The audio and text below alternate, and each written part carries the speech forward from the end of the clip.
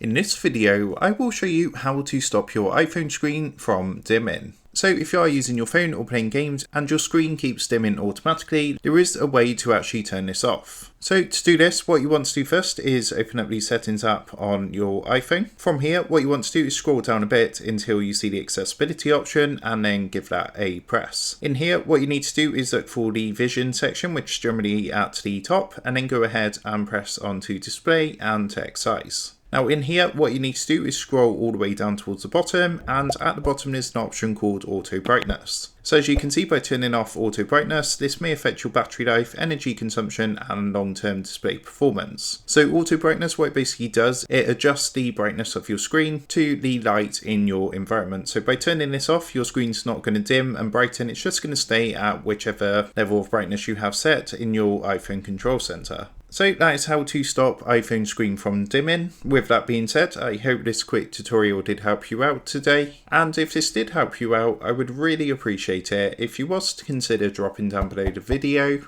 leaving a like, and also subscribing to the channel. With that being said, I just want to take a minute to thank you guys for watching this quick tutorial, and I will see you in the next video.